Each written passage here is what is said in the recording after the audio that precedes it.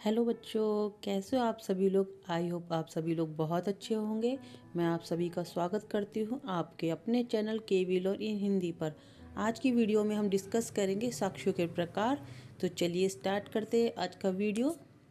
अब देखते हैं हम साक्ष्यों के प्रकार। पहला है मौखिक साक्ष्य, दूसरा दस्तावेजी साक्ष्य, तीसरा वास्तविक साक्ष्य, फोर्थ है इलेक्ट्रॉनिक और डिजिटल साक्ष्य, फिफ्थ सुनी सुनाई बातों पर आधारित साक्ष्य, सिक्स परिस्थिति जन्य साक्ष्य और सेवंथ है प्राथमिक और द्वितीयक साक्ष्य। प्राथमिक और द्वितीयक साक्ष्य हम पहली वीडियो में डिस्कस कर चुके हैं। आज हम स्टार्ट करेंगे ये अपने 7 जो पूरे इनकी डिटेल। तो चलिए स्टार्ट करते हैं आज का वीडियो। चलिए स्टार्ट करते हैं मौखिक और दस्तावेजी साक्ष्य। साक्ष्य में मौखिक और दस्तावेजी साक्ष्य शामिल होते हैं।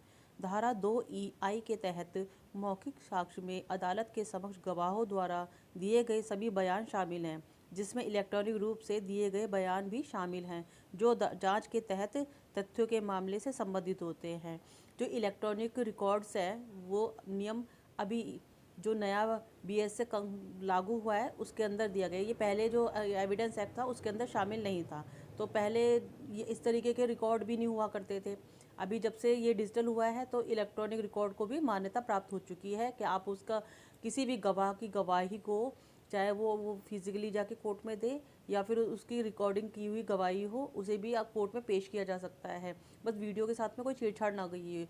ऐसे ही सेकंड है हमारा धारा 2D दस्तावेजी साक्ष्य को न्यायालय के निरीक्षण के लिए प्रस्तुत किए गए सभी दस्तावेजों के रूप में परिभाषित करती है, जिसमें इलेक्ट्रॉनिक या डिजिटल रिकॉर्ड भी शामिल होते हैं। इसमें भी सेम ही है कि कोई भी डिजिटल रिकॉर्ड है जो वो भी कोर्ट में पेश किया जाता है, लेकिन उसके साथ में एक उसी जो आपने साक्ष्य पेश किया है उसकी एक सर्टिफाइड कॉपी भी सबमिट की जाती है कि आपके पास एक सर्टिफिकेट है कि आपने जो डॉक्यूमेंट्स डिजिटल डॉक्यूमेंट्स कोर्ट में सबमिट किए हैं, पेश किए हैं, वो उसके साथ में कोई छेड़छाड़ नहीं की गई है, वो फेयर है। ठीक है, अब इसका हम एग्जाम्पल देखते हैं कि ए ने देखा कि बी सी को मार रहा है।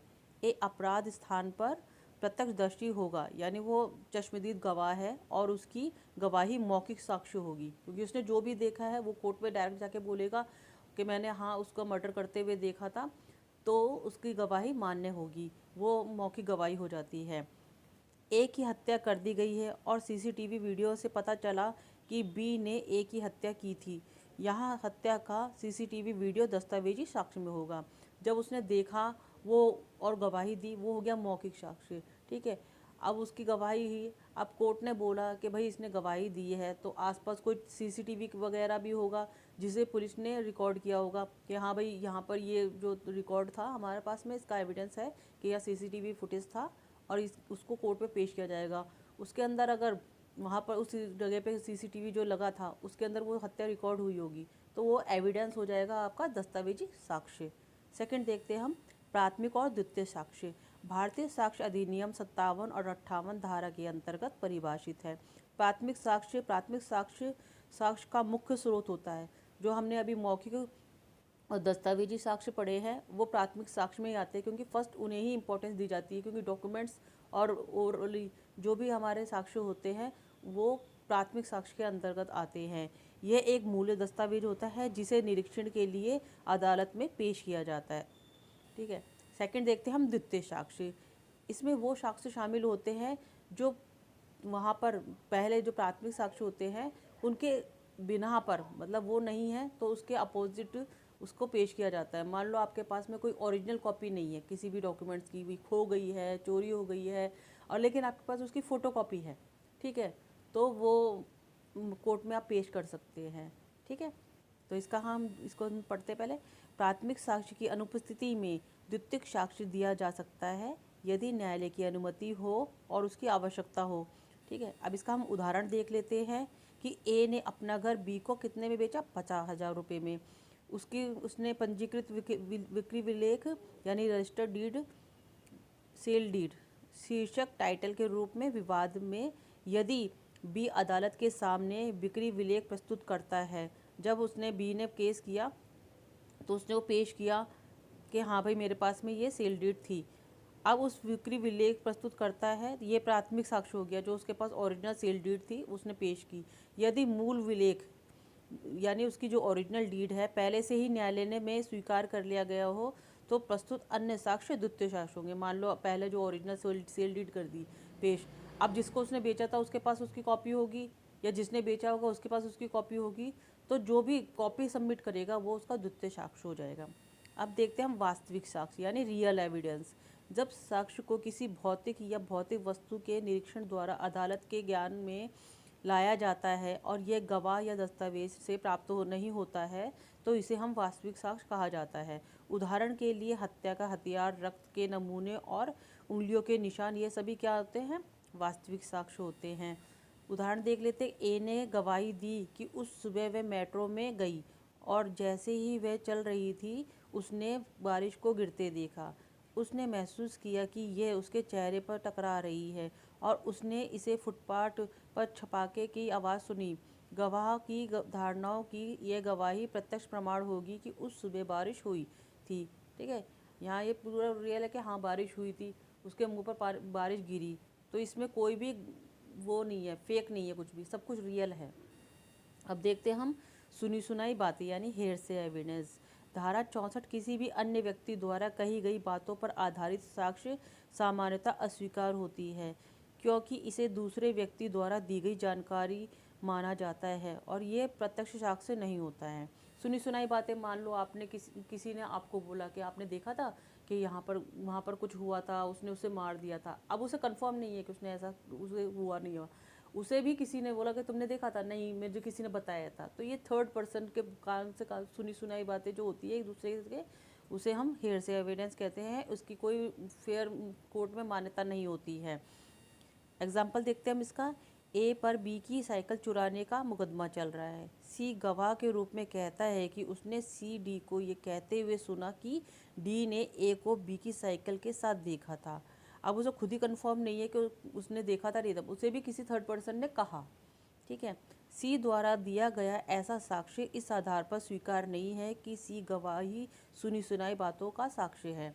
ठीक है, उसने खुद ना आंखों से देखा ना कानों से सुना, ठीक, तो उसने किसी तीसरे बंदे को बोलते हुए सुना, तो इस वजह से इस साक्ष्य की कोई महत्व नहीं होता है। अब देखते हैं हम फिफ्थ यानी प्रत्यक्ष और अप्रत्यक्ष साक्ष्य। अप्रत्यक्ष साक्ष्य जो होता है वो परिस्थिति जन्य साक्ष्य भी होता है कि कोई कनेक्शन बनाते हैं, यानी सुसंगत किसी चीज़ से रिलेवेंट कर लेते हैं हम किसी चीज़ को। तो देखते हैं प्रत्यक्ष साक्ष्य वह साक्ष्य होता है जो किसी तथ्य को सीधे सिद्ध करता है। जैसे मान लो आपके सामने किसी का मर्डर हुआ, आपने देखा, तो वो हो गया प्रत्यक्ष। आपने जाके वो कोर्ट में बोला कि हाँ भाई मैंने साथ देखा था, एक आदमी ने कि उस आदमी को दूसरे आदमी को चाकू से मारा, यानी आपने देखा, अपनी आंखों से देखा। उसमें कोई भी मिलावट नहीं है, ना कोई इसमें कुछ बनाया गया है कि हाँ भाई आपने उसमें कुछ ऐड करा हो। आपने जो देखा वो कोर्ट में जाके बोला, ये हो गया प्रत्यक्ष साक्ष्य। ठीक है, इसमें गवाह अपनी व्यक्तिगत ज्ञान से बताता है कि उसने खुद देखा, सुना और महसूस भी किया। धारा 60 मौखिक साक्ष्य प्रत्यक्ष साक्ष्य के अंतर्गत आती है। हमने पहले पढ़ा था ना, जो प्राथमिक साक्ष्य होते हैं, प्रत्यक्ष साक्ष्य होते हैं, ये मौखिक और दस्तावेजी साक्ष्य के अंतर्गत ही आते हैं। अब हम एग्जाम्पल देखते हैं कि किसी गवाह ने हत्या को अपनी आंखों से होते हुए देखा। राम एक पार्क में था, उसने अपनी आंखों से देखा कि श्याम ने मोहन पर चाकू से वार किया। यानी राम ने पार्क में देखा कि उसने अपनी आंखों से देखा कि श्याम ने मोहन पर चाकू से वार किया। राम अदालत में यही बताता है कि मैंने अपनी आंखों से देखा था कि श्याम ने मोहन को चाकू से मारा।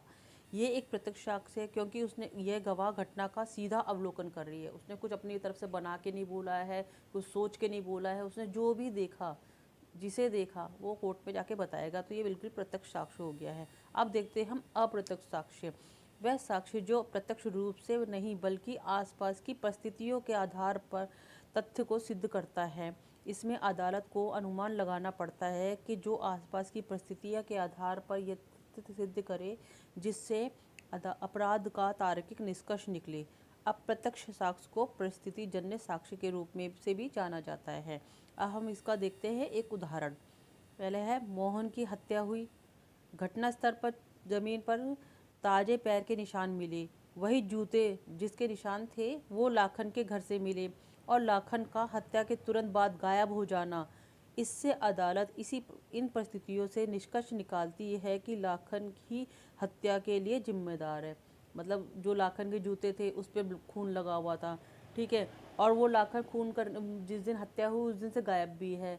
तो ये अनुमान लगाया जा रहा है परिस्थितियाँ एक दूसरे के साथ में मिल रही हैं, ठीक है। हो सकता है लाखन ने ना भी किया हो, लेकिन सबसे पहला जो शक जाएगा वो लाखन के ऊपर ही जाएगा, ठीक है। तो इसे हम क्या कहते हैं, परिस्थिति जन्य साक्ष्य। स्थितियाँ ऐसी हो कि उसने निष्कर्ष निकलता हो लेकिन घटना किसी ने प्रत्यक्ष रूप से नहीं देखी हो, ठीक है। किसी ने ना देखा ना सुना, बस लेकिन एक दूसरे से वो सुसंगत हो रही है परिस्थितियाँ, ठीक। आप देखते हैं इम्पोर्टेंट इलेक्ट्रॉनिक और डिजिटल साक्ष्य जो हमारा BSA में जोड़ा गया है नया। 1 जुलाई 2023 में BSA लागू किया गया था, उसके अंदर इस सेक्शन को जोड़ा गया था, ठीक है। हम पढ़ते हैं अब इसको। आधुनिक युग में कानूनी कार्रवाइयों में डिजिटल और इलेक्ट्रॉनिक साक्ष्य अत्यंत महत्वपूर्ण हो गए हैं। BSA 2023 email, SMS, social media post, CCTV footage और डिजिटल फाइलें जैसी इलेक्ट्रॉनिक रिकॉर्ड के महत्व को मान्यता देता है। पहले जो एविडेंस एक्ट बना था वो अंग्रेजों द्वारा बनाया गया था। उस टाइम पर ये सब चीज़ें होती ही नहीं थी, ना फुटेज होती थी, ना CCTV होते थे, ना कोई सोशल मीडिया था, ना लोग फ़ोनों से रिकॉर्डिंग करते थे, क्योंकि उस टाइम पे फ़ोन भी नहीं बने हुए थे, इस टाइप के स्मार्टफोन नहीं थे। लेकिन जैसे जैसे आज हम जिस युग में पहुंच चुके हैं, वहाँ पर क्राइम भी अलग अलग तरीक़े से हो रहा है। डिजिटल क्राइम भी हो रहे हैं, डिजिटल अरेस्ट भी हो रहा है, तो इसी तरीके से डिजिटल एविडेंस भी होते हैं, उनको कोर्ट में पेश किया जाता है। उसको मान्यता प्राप्त देने के लिए ही इस सेक्शन को BSA में ऐड किया गया है। अब देखते हैं इलेक्ट्रॉनिक साक्ष्य की स्वीकार्यता। धारा 62 और 63 इलेक्ट्रॉनिक अभिलेखों की स्वीकार्यता के लिए शर्तें निर्धारित करता है। इसे माना तो गया है, लेकिन उसके इलेक्ट्रॉनिक साक्ष्य आप कोर्ट में पेश कर सकते हैं, लेकिन उसके लिए भी कुछ शर्तें बनाई गई हैं। धारा 63 विशेष रूप से हेरफेर या छेड़छाड़ को रोकने के लिए इलेक्ट्रॉनिक अभिलेखों की प्रामाणिकता स्थापित करने हेतु एक प्रमाण पत्र की आवश्यकता होती है। हमने पहले पढ़ा था कि जो किसी भी इलेक्ट्रॉनिक हम सबूत को यानी साक्ष्य को कोर्ट में पेश करते हैं, तो उसके लिए एक सर्टिफिकेट भी लगता है कि जो आपने एविडेंस दिया है उसके साथ ना तो कोई छेड़छाड़ हुई है, ना वो फेक है, ठीक है, ना वो कोई कॉपी है, वो ओरिजिनल है, उसकी कोई कॉपी नहीं बनाई गई है, ना उसमें से कोई कट किया गया है, ना कुछ एडिट किया गया है, वो जैसा रिकॉर्ड किया गया था वैसा ही है। अब देखते हैं हम साइबर सुरक्षा संबंधी। साइबर अपराधों में वृद्धि और डिजिटल लेन देन पर बढ़ती निर्भरता के साथ अदालतों की विश्वसनीयता और इलेक्ट्रॉनिक साक्ष्यों की सावधानीपूर्वक जांच करनी चाहिए। इलेक्ट्रॉनिक डेटा के स्रोत और अखंडता की पुष्टि के लिए अक्सर विशेषज्ञों की गवाही की आवश्यकता होती है, कि जिसने भी वो टेस्ट किया है, जिसने चाहे वो वीडियो फुटेज हो, वीडियो हो, कुछ भी हो, जिसने वो टेस्ट किया है, जिसने वो सर्टिफिकेट भी जारी किया है उस वीडियो फुटेज का या जो भी रिकॉर्डेड डिजिटल रिकॉर्डों का, उसको भी गवाही के लिए बुलाया जाता है कोर्ट के अंदर। वो बताता है कि हाँ मैंने ये टेस्ट किया था, इसमें कोई फेक ID वो नहीं है बनाया हुआ है, सब कुछ रियल है, और मैं ये सर्टिफिकेट आपको दे रहा हूँ यानी जारी कर रहा हूँ। तो वो कोर्ट में सर्टिफिकेट के साथ साथ में जो विशेषज्ञ होते हैं, जो एक्सपर्ट होते हैं, उन्हें भी बुलाया जा सकता है। इलेक्ट्रॉनिक साक्ष्य ने कई मामलों में महत्वपूर्ण भूमिका निभाई है, विशेष रूप से धोखाधड़ी, मानहानि और अनुबंध विवाद जैसे क्षेत्रों में जहां डिजिटल संचार महत्वपूर्ण होता है। आज पहले सबूतों को जुटाने में बहुत मेहनत लगती थी, कई बार तो गवाह भी कोर्ट में आके मुकर जाते थे, लेकिन अब जब हम उसकी रिकॉर्डिंग कर लेते हैं गवाही की, और कोई प्रूफ बना रहे होते हैं तो उसका वीडियो रिकॉर्ड कर लेते हैं, कुछ हत्या होती है उसका वीडियो रिकॉर्ड कर लेते हैं, कहीं हत्या होती है वहाँ CCTV फुटेज हमें मिल जाती है, तो उससे ना केस ना सॉल्व करने में ईजी होता है। एविडेंस हमारे पास हो जाते हैं, वो हम कोर्ट में पेश कर देते हैं, जिससे कि जो न्यायाधीश होता है वो निर्णय देने के में आसानी महसूस करता है, उसको सहयोग मिलता है। तो इससे क्या होता है कि जल्द से जल्द न्याय मिल जाता है। वैसे होता नहीं है, कितने भी कर लो, लेकिन बहुत टाइम लगता है न्यायालय में, बहुत ज़्यादा टाइम लगता है, क्योंकि कोर्ट में इतने केसेस पेंडिंग पड़े हुए हैं, कई बार तो लोग एविडेंस होते होते भी बच जाते हैं। अभी रिसेंटली देखा होगा आपने कि निठारी जो कांड हुआ था, उसमें उसके जो अक्यूज़ है उसको रिहा कर दिया है, मतलब सब एविडेंस होते हुए भी, उसके ऊपर सज़ा होने के बाद भी, तब भी उसे रिहा कर दिया गया है। मुझे समझ नहीं आती है कि आखिर ऐसे लोग बच कैसे जाते हैं। चलिए हम वापस आते हैं अपनी वीडियो पे। अब देखते हैं हम साक्ष्यों का निष्कर्ष। भारतीय साक्ष्य अधिनियम 2023 भारत के कानूनी परिदृश्य में एक महत्वपूर्ण बदलाव का प्रतीक है, जो तकनीकी प्रगति और संचार के नए रूपों के साथ में तालमेल बिठाने के लिए साक्ष्य कानून को अद्यतन और आधुनिक बनाता है। मौखिक दस्तावेजी, वास्तविक, इलेक्ट्रॉनिक और परिस्थिति जन्य साक्ष्य सहित विभिन्न प्रकार के साक्ष्य यह सुनिश्चित करने में महत्वपूर्ण भूमिका निभाते हैं। इलेक्ट्रॉनिक और डिजिटल साक्ष्यों को मान्यता देना एक विशेष रूप से महत्वपूर्ण विकास है, क्योंकि अदालतों को अब सोशल मीडिया पोस्ट से लेकर डिजिटल अनुबंधों तक की सभी मामलों को संभालना होगा। साक्ष्यों की स्वीकार्यता और संचालन पर स्पष्ट नियम प्रदान करके बीएसए 2023 भारत में एक निष्पक्ष और कुशल न्यायिक प्रक्रिया के ढांचे को मजबूत करता है। ठीक है, यहाँ हमारा ये साक्ष्य का टॉपिक है वो ख़त्म होता है। आगे हम नए लेके आएंगे टॉपिक। तो आई होप आपको मेरा पढ़ाया हुआ समझ में आया हो। तो आप यदि आपको मेरा पढ़ाया हुआ समझ में आता हो तो आप मेरे चैनल को लाइक कीजिए, सब्सक्राइब कीजिए और अपने दोस्तों के साथ शेयर कीजिए, बिकॉज दिसंबर में एग्ज़ाम आने वाले हैं। तो मैं चाहती हूँ कि मैं जितने भी स्टूडेंट्स की मदद कर सकूँ मैं करूँ। मैं जल्दी वीडियो बनाने की कोशिश करूँगी जिससे आपको हेल्प मिल सके। अगर आपको किसी भी टॉपिक पे हेल्प चाहिए तो आप प्लीज़ आप मुझे कमेंट कर सकते हैं। तो thank you so much. Radhe Radhe.